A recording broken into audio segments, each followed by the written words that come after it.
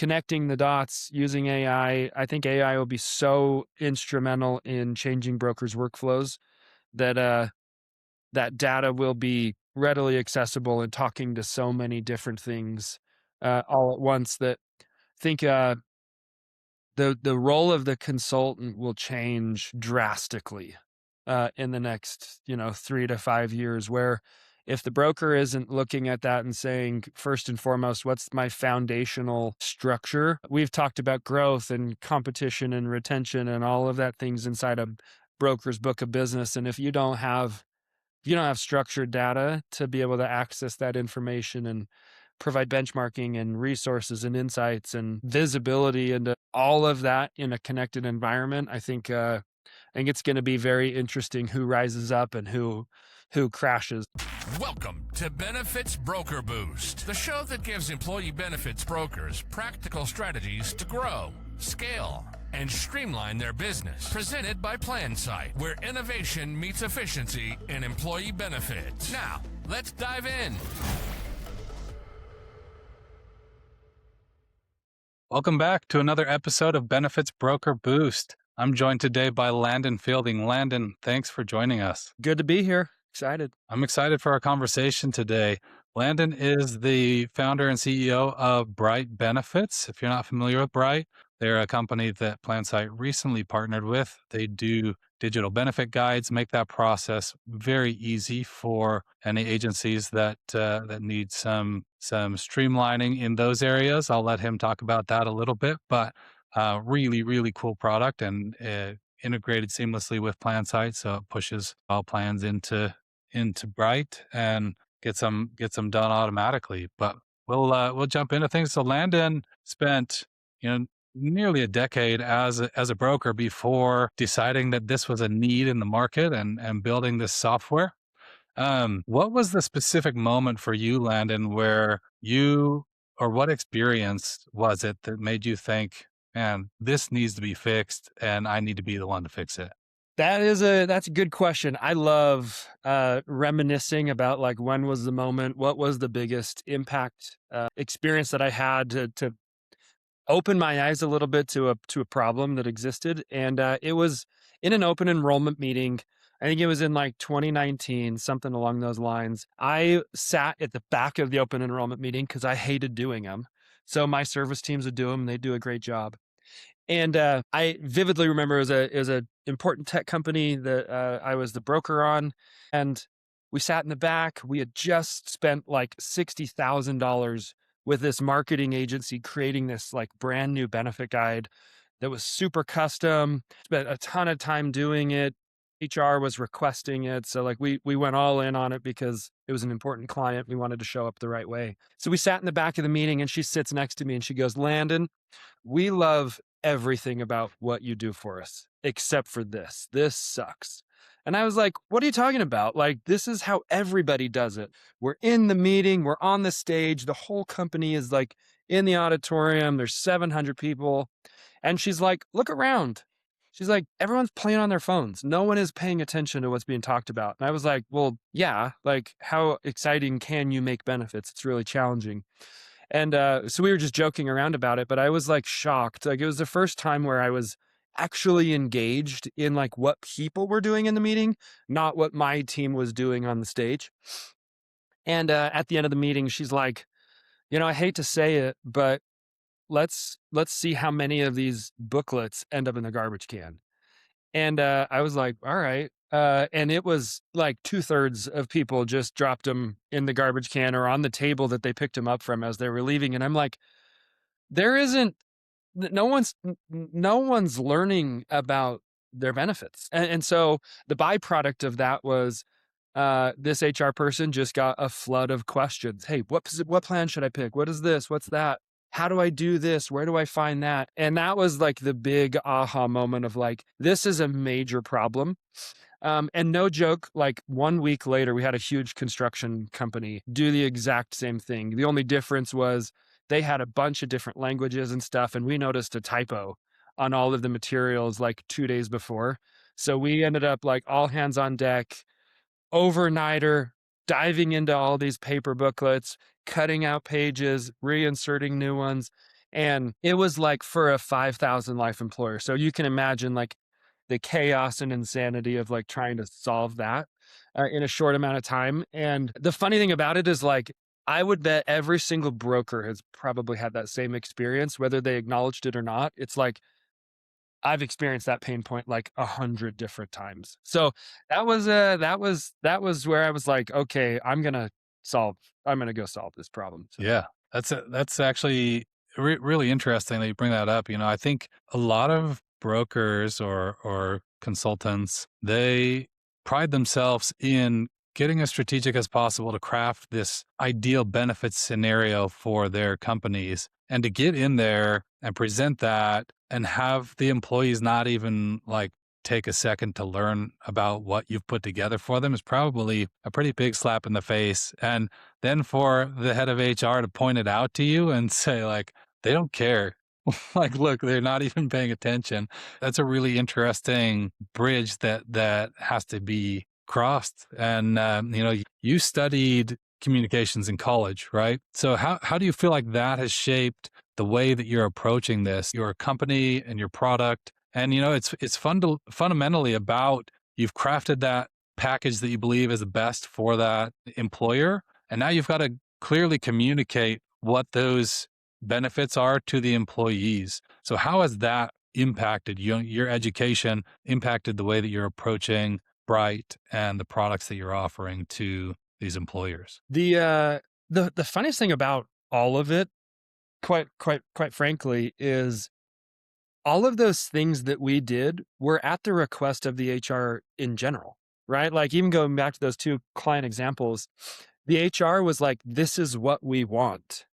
And then they were able to say in that meeting, by the way, it's not working, but I told you I wanted this anyway. And so most brokers and consultants, they're like, we're going to do what the client wants, regardless of what we may or may not think. And so I think it's just created this like aha moment, especially for us in Brite, where it's like, maybe we need to look outside of the industry in a lot of ways to understand like how people engage and stuff. Because again, if you look at benefits education, it hasn't changed since the bad part of the 80s, right? There's like good parts of the 80s that are fun, but like that benefit booklet hasn't changed. I think it's only become more convoluted and further away from like how people today engage in stuff. And so like my degree, I love talking about like why. A lot of times I did it because it was like, oh, this is a piece of paper that I need to get. And that's what it came down to. But as I reflect back on the impact that my college experience had, I think it really highlighted a couple of things like about me. Like one, I learn visually. Like I don't like reading is not something that I do. I try and do it on a daily basis. We still do it. We read so many different things and we're consuming so much content constantly. Doing the whole strategic communication thing, it has absolutely played into a lot of factors into what Brite is today, where you strategically have to communicate to people. And I think when you look at the broker and their responsibilities, like what are the broker's core competencies of why they receive commission and what the value is that they justify in receiving the commissions. Benefits education is a core competency. It is expected of the client. The client's paying them to do that. And the broker is responsible for 0 to 1 engagement, not 3 to 10 or getting them all the way down the road. It is the most fundamental, basic starting point. How do you just get somebody to put their eyeballs on something and engage at a basic level so that they can go and do stuff? And I think just the college experience has just kind of helped me realize that like the world is constantly changing and evolving, and you got to get creative with how you engage people. You've got 6 different generations in the workforce now. And so people engage, and there's no happy medium of, one thing works for everybody. So Yeah. I don't know, man. You brought up an interesting point. The point that you made about this is what they asked for, but it's not what the employees wanted. That happens, I think, in business more than most people like to admit. And as a consultant, as a true consultant to these employers, we need data to come in and say, hey, I know you want this and I will get this for you, but I also have a lot of data. If it's a must, I will get it for you, but I also have a lot of data that backs that this is not the way that your employees want this, right? And that's the consultant side of things is if you want these printed books, we'll get you printed books, but here's the way that we've seen far better engagement and here's what we're seeing with it. That's where you really start to be that consultant, provide that value and get better utilization out of the plans that you've crafted. So I like that you painted that picture and it's pretty obvious, how big that gap is already where, broker is putting together the package, employees have no idea. I've been on the other side of that gap. You've probably been on the other side of that gap, Landon. And, being in the space, you don't really realize how big the gap is until you've been on both sides of the gap and you're like, oh, there's a huge gap there. Right. Right. Yeah. So I love that you found that and that, someone helped highlight that for you. And you're like, yeah, you're right. And it needs to be fixed. So I love that, that you built a company to fix that. So Brite, I don't know, people that are watching this probably don't know this, but Brite was one of the first 10 companies in Utah. Utah's a really high growth tech area, and Brite was sixth company in Utah to be accepted into Y Combinator. Y Combinator, for anyone that doesn't know, is basically a startup platform, investment platform. You go kind of take your idea through the whole process. But you can explain it better, Landon. What was that experience like for you? And what's the most important thing that Y Combinator taught you about building a company? Oh, I love this because people call me the Bob Ross of explanation, so I might go a little bit too in detail of explaining this. I'm super grateful for the Y Combinator experience. For those of you who don't know, it's the largest accelerator or VC-backed accelerator program in the world. So it's like getting into Stanford and Harvard at the same time. Like it truly is like a really cool, unique experience, but I'm very grateful for it. I had no idea what Y Combinator was, and I'm actually really grateful for my prior business partners that were in early with me. They came from the tech side of things. I was on the insurance side. So it didn't mean that much to me. I didn't really know that the impact of what it would have. But there's two kind of components that I thought were really awesome about it. One was if you got in, fundraising was really easy because from an investment standpoint, most of those companies become very successful, right? Two other companies in Utah, Podium and Weave, like huge, massive successes that are right in our backyard, which is really cool. But fundraising was really easy. But we had conversations with companies for 6-7 months being like, this is the problem we're tackling. We're excited about it. Here are the results. Here's the impact. The decision makers were like, okay, cool. Like, we don't want to be your guinea pig. And we're like, what are you talking about? We're not your guinea pig. Anyway, we go through Y Combinator and all of a sudden people find out about it and they're like, send me the contract. Let's do this. So it gave this like amazing level of credibility that as a young company, especially whether it's a pre-revenue, pre-product, pre-go-to-market, pre-product market fit type of company, it was instrumental in us winning some really important deals that helped us grow and take it to the next level, which was cool.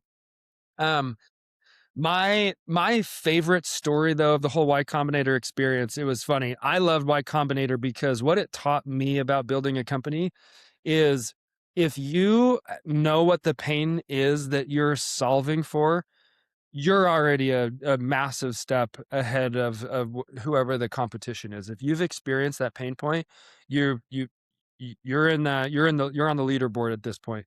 The second component was they are so good at challenging what you're trying to accomplish that it puts every single doubt in your mind about what you're doing. Is it the right thing? Are you taking the right approach?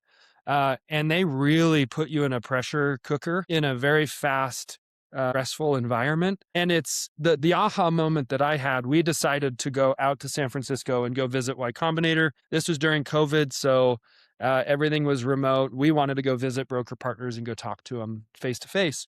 and go meet our YC partners in person. So we went out there, and our main person we worked with, we went on a walk through San Francisco, and she started asking us all these questions. And the whole time leading up to going out and meeting her, we were like, are we doing the right thing? Like, should we pivot? Should we do this? Are we doing it wrong? We had all these like questions in our heads.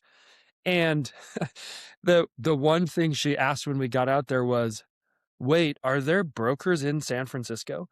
And it was like that moment where we all realized, like, you have no idea what we do as a business, but you're so good at asking questions that make us doubt what we're building, that it built like all the confidence in the world for us. So I'm grateful for that experience. I realized that like these people, these mentors are like, do you have a problem you're solving for, and do you know your that space well enough to go tackle it? That was a that was a game changer for us. And it was at that point where we were like, we are doing the right thing. We know we're onto something. This thing has legs, and let's go all in on it. Yeah, that's awesome. And I've heard similar stories from other founders that have gone through Y Combinator, so it's fun to hear. Um, so going from that point of you really like having to prove that your product and your company has a place to now serving over 3 million eligible employees. There's an inflection point in there, and probably multiple inflection points, honestly. But what are some of those things as a company that were from, taking things from this type of growth to this type of growth? And, sometimes it'll go in, like I said, in waves. But what are some of the releases or, those discoveries that helped expedite that growth? I love that you say that, because now fast forwarding to like, oh, we've got 3 million people learning about benefits on Brite.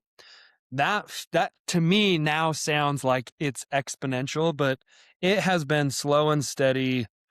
You know, one step up, flat, one step up, flat, one step up. When you just zoom out, yeah, definitely like getting to the 3 million point. To me, that makes me smile, because I'm like, man, that is a lot of people. That's a lot of good that's happening. The inflection point hasn't really been anything other than being consistent. And like, especially in this industry, like this industry is really hard. It is really, really challenging. Brokers are really, really good at evaluating things, and not testing stuff with you.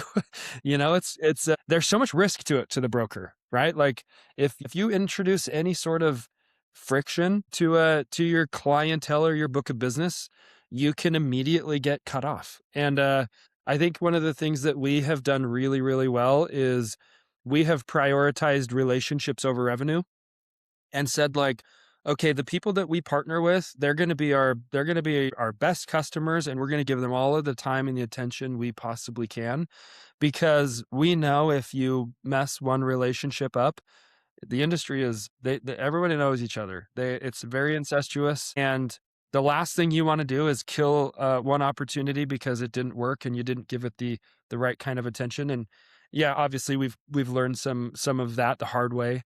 But I think more than anything, it's been a consistent, just let's do the right thing. Let's make sure these relationships love us before we try and move on or expand.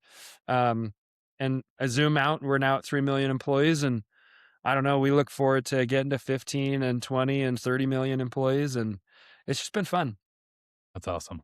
And you're right. That's the way you have to build it in this industry. They're slow to adopt. And like you said, as soon as friction is introduced, they're really fast to cut things off. So you've got to build that trust, and you've got to make sure that you have the right solves in place, and you have to have that relationship with all of your clients that way. So was talking with our founder about the feedback loop that's required from our customers to build the right product and have all of the right solutions for these agencies.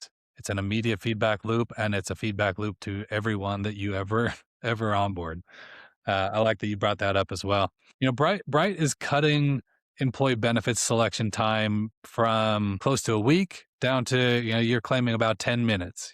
Walk us through what that experience actually looks like for an employee and how you're saving that much time. Yeah. So we're talking specifically about the employee learning about their benefits, being ready to go into their Ben admin and say, okay, these are the benefits that I want. I would say like where we have focused most of our attention is the delivery and just the basic level information, right? We know you get 4 minutes worth of someone's attention span, right? Like we just can't demand their time. We are education and education only, so we've got to get their information and we got to get it fast. We looked at two major things. One is how do you give somebody everything they need to know as quickly as possible? So we call that the TLDR, right? Tell me what I need to know right now. And then the other one is how do I make it simple? What's the easy button? And so we paired education with decision support with that to know that like we know the number one question an employee is going to ask their HR team is just tell me what I should pick so I can move on. Right? You go into any organization, that's the executive team, that's the sales team, that's everybody that's got no time to do anything. So where's the easy button there? So the decision support experience, we've made sure that we've removed every engagement hurdle possible. So like the last thing you should have an employee do is create an account, have to log in, have to go through some sort of authentication process just to learn about what they've got access to from their benefits. So those are like the two big things that we've done. And as we've focused on that and made sure that is like that flag is planted firmly in our ethos, we've seen 10 minutes is the average time that an employee spends learning about their benefits in Brite across 3 million lives. And we see that not only that, but we have for every employee that engages, they come back at least 2 to 3 more times, which is awesome. And what we feel like is can we prepare them fast enough so that when they get into the Ben admin and they see this big long list of how much everything costs, they're focused on here are the 5 benefits that I need to enroll in that are best for me. And I'm off to the races. So by doing that, we've seen employees make their benefit selections even in the front half of OE way faster, whereas the industry, everybody waits to go enroll in their benefits until the last second. And a lot of case studies around HR teams being like, we got 100% of our team enrolled like the first couple of days of open enrollment launching. So it's been fun. It's been great feedback to see. Yeah. And so some of that efficiency probably comes from the fact that you serve two audiences actually, right? You actually market to the employers themselves and to agencies. So agencies can purchase it and provide it to their employers, or employers, if they want that for themselves, can purchase it. How has that changed the way that you're building product, and how do you balance both of those? Because they are two different markets, right? They're solving the same problems, Mm-hmm. but different intentions for each. Yeah. I like that because in a lot of ways it feels segmented. Our ICP, our core customer really is the broker.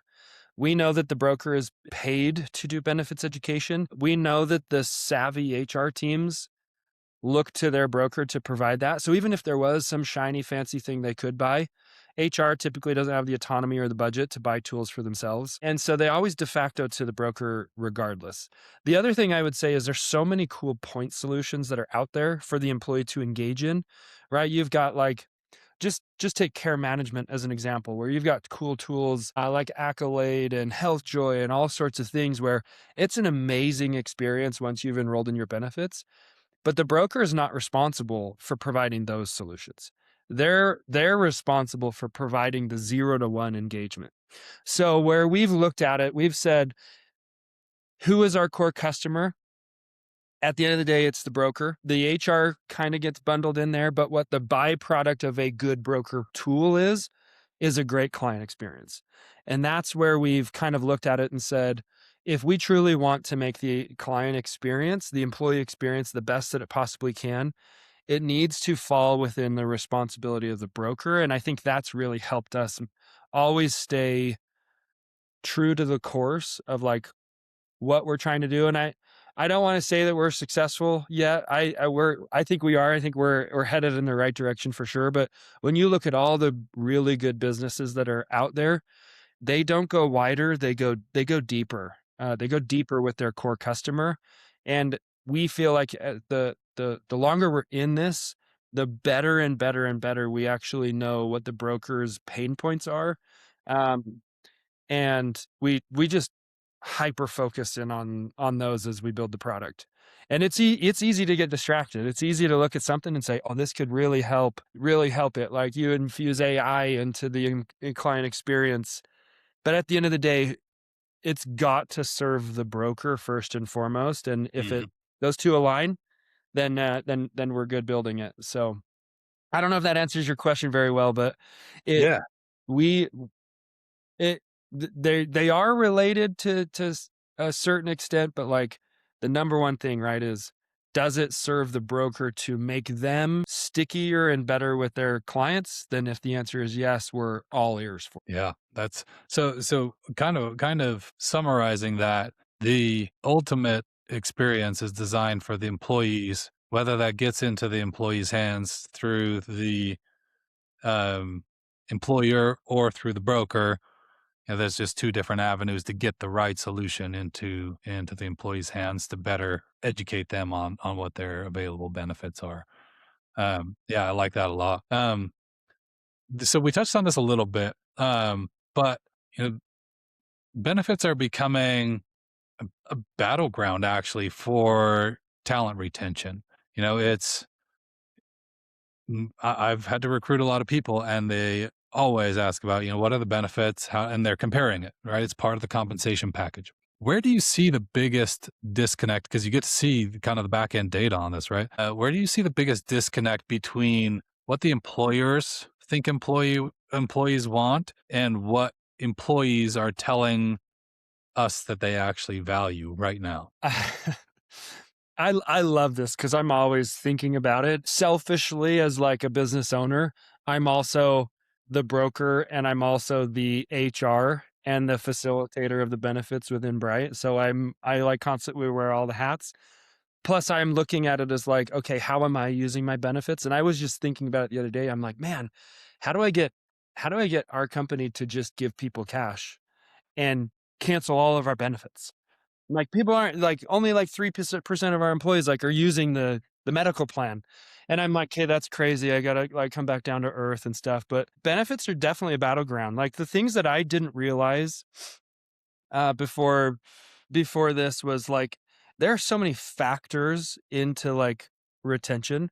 Like location is a huge factor. We were downtown Salt Lake City, and that was a massive factor for people's willingness to like work at Bright.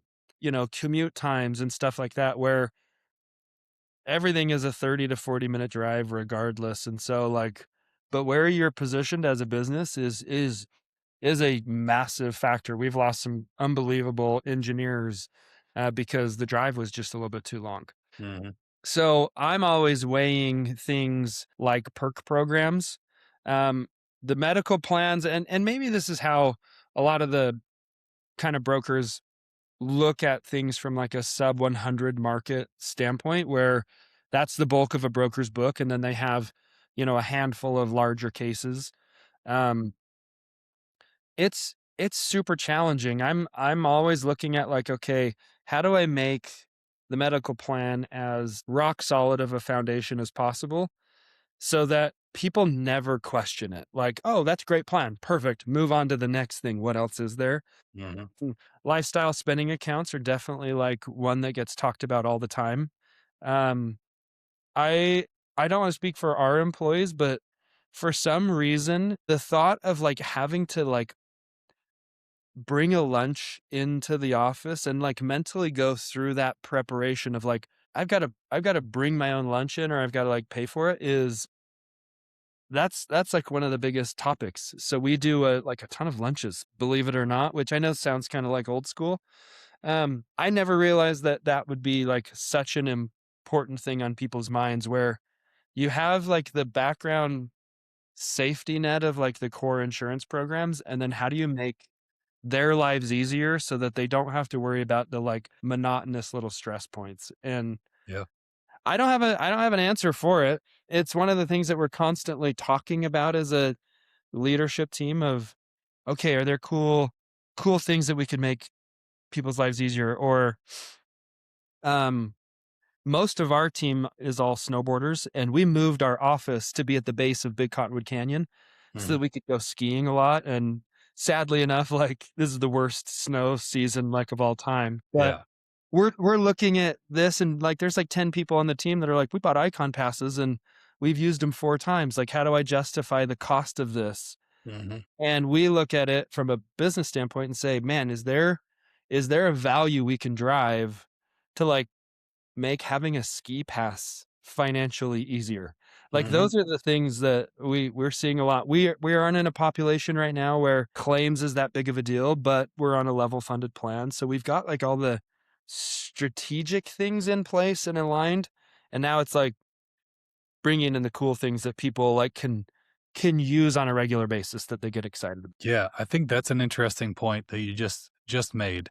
You know, obviously make sure that you have the core benefits covered, but when I look back at companies that I've worked at that I was like the most pumped about the benefits, it was never like, man, their health plan is really awesome. Like I don't use health insurance hardly ever, right? As long as it's covering my kids' ear infections and strep, then like it's the same to me. Unless obviously the outliers would be when you have a really big situation and it covers it well, they're really grateful for it. But if you're looking at like the bulk of the company being really excited about your benefits and really using it as a talent retention tool, you're looking at more of those cool to haves that are great for a lot of people in the company at that time, right? So I worked at Weave. You mentioned Weave as another Y Combinator group, and they had some benefits that were when you have a baby, they cover house cleaning, like 4 house cleanings. They give you DoorDash gift cards. They cover diapers for. They do a diaper subscription for you for like 9 months. And I had a baby when I was working there, and tons of people were that age that they were having kids, and that was one perk that was like. My wife is like, we're staying here until we're done having kids. That was our last one that we had while I was there. But those are the ones that you really remember, and they're touching more than I think the general health insurance, like in a really, really necessary situation is. So I think that's a really interesting way to think about that. I mean, so this is another good example that just kind of came up. Um, and it's a shout out to like TrueMed because I think what they're doing is so cool. So you take an FSA or an HSA, right? The word track, the communication to employees has always been this is cash, grows triple tax, advantage. You save it for a rainy day type of thing. And it's a way to just like put a little safety net for employees if something bad were to happen, emergency room visit or urgent care or just basic claims. But like, if you look at the broad population that doesn't have ongoing stuff, it's like, okay, great. Like, how do I use my HSA right now? And like TrueMed's changing the game for how you can actually use HSA contributions as an employer as a huge strategic value. Like we over here, we're all fitness health junkies. You've got road bikers, snowboarders, ultra marathon runners, like super athletic people like within the Brite team.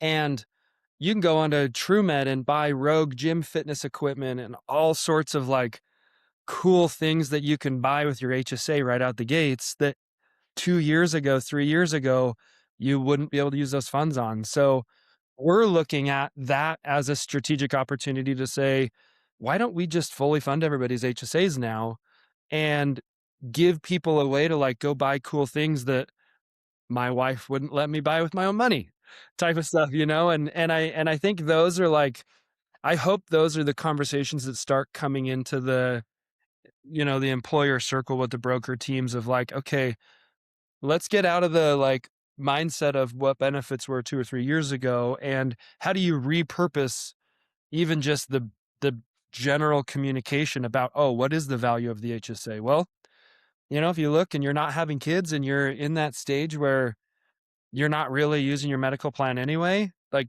there's a lot of cool things that you can access and tap into. So yeah, all definitely along the same lines. Yeah.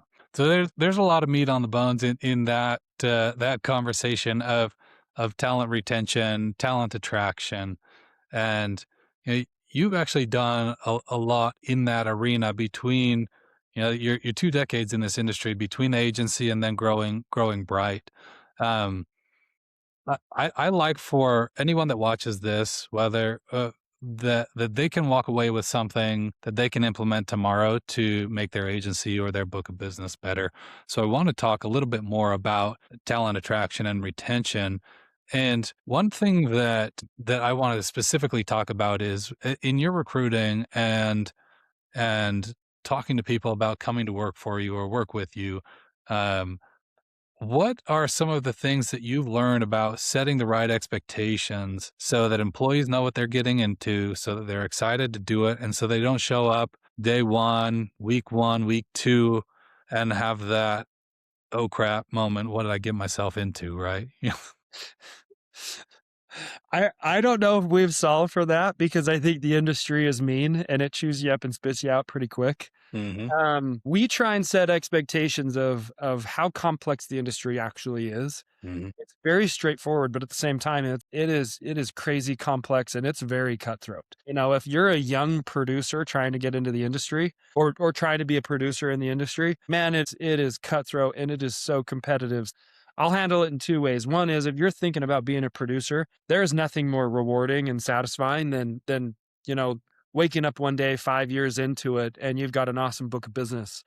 Um, there's a lot that goes into it before you get to that. And the best advice I ever got as a young producer was that first commission check is going to be the most deflating feeling you ever have.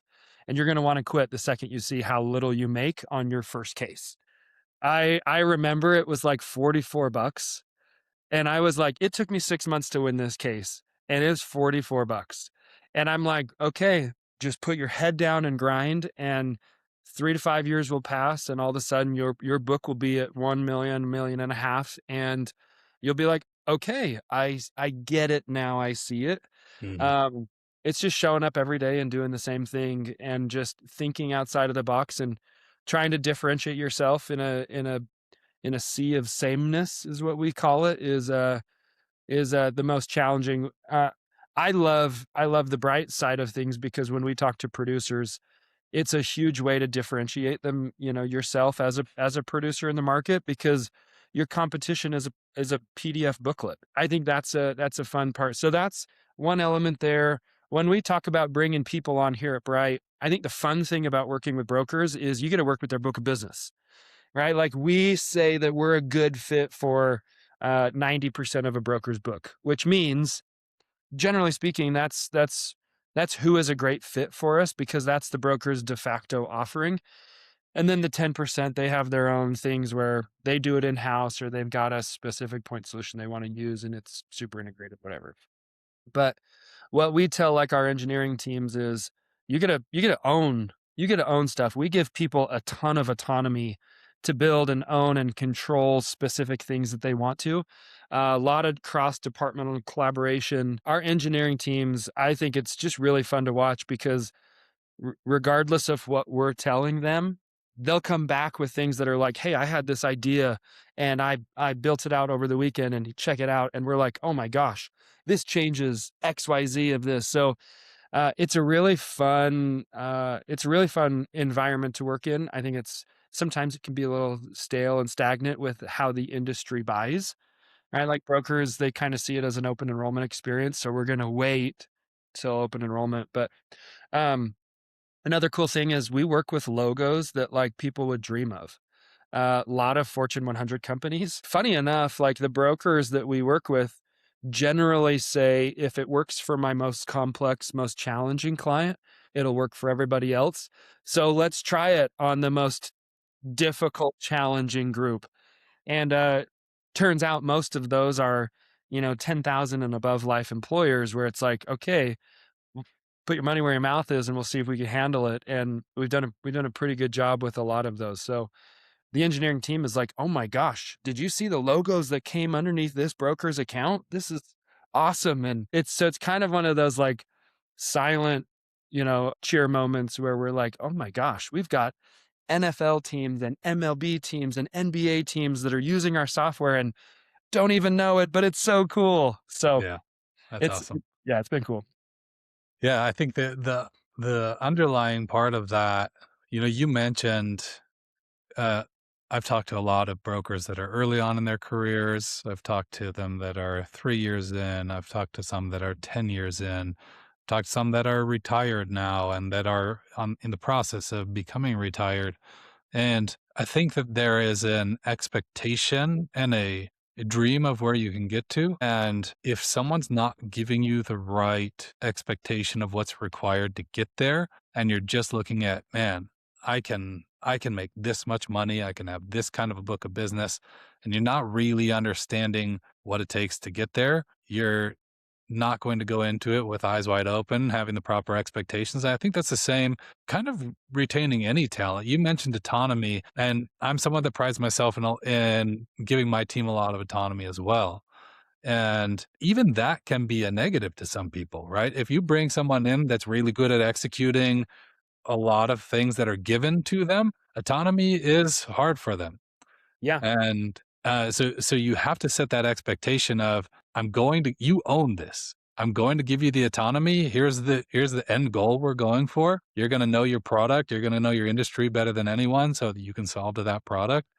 And that expectation needs to be set before you ever hire. Same goes for a broker, right? If you're hiring a new producer and their goal is to get to $1 million book or a $4 million book, you need to set the right expectations of, here's what that looks like, right? It's not this year. It's not 2 years from now. And these next 5 years, they might suck. You might hate them really bad. But when you see the people that are on the other side of it, they all went through that and now they're where they are, and then kind of give some ideas of how they can expedite it. But I like that answer as well. Okay, we're running up on time. I do want to ask one final question. You're working on changing the way that employees are engaging with their benefits. If you could fast forward 5 years in an ideal world, what does the benefits experience look like for the average employee, and what role is Brite playing in that? Everything has got to be connected, right? Like there are so many cool things now with, internal wikis like Notion, and there's just so many places where information lives. And I think what we're seeing is the consolidation of access points of like where information is accessed and resourced. And there's 20 different places that a company, learns or gets their information. So we see it as creating the connections to each of those environments to bring it all into one place.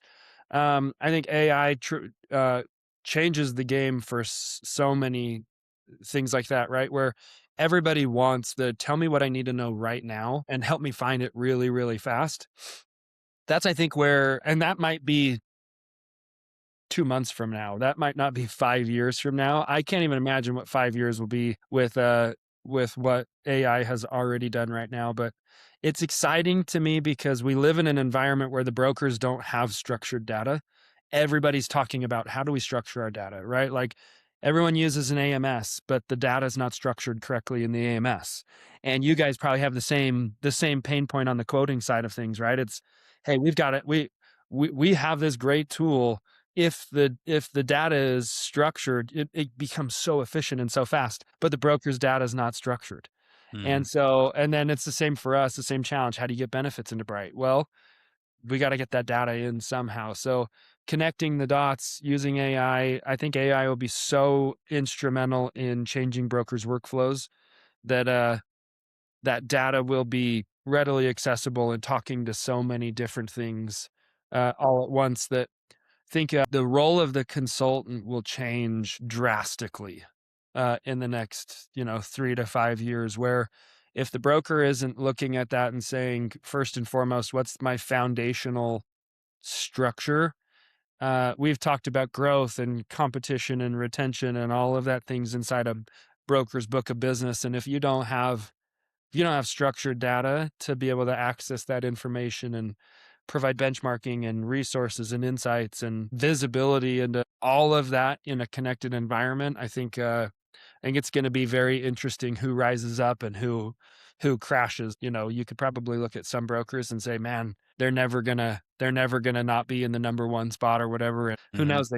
it could be a blockbuster real quick. Yeah, yeah, yeah. That was I think Spencer asked me a similar question on your Bright Bites podcast. He said, "What's still missing?"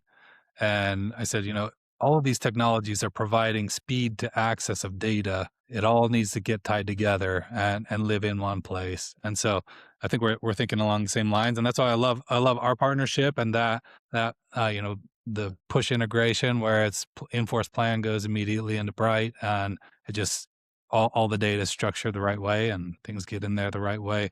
Those are the type of connections that need to be made more frequently throughout the industry, from Enforce Plans into Employee Navigator, into your agency management system.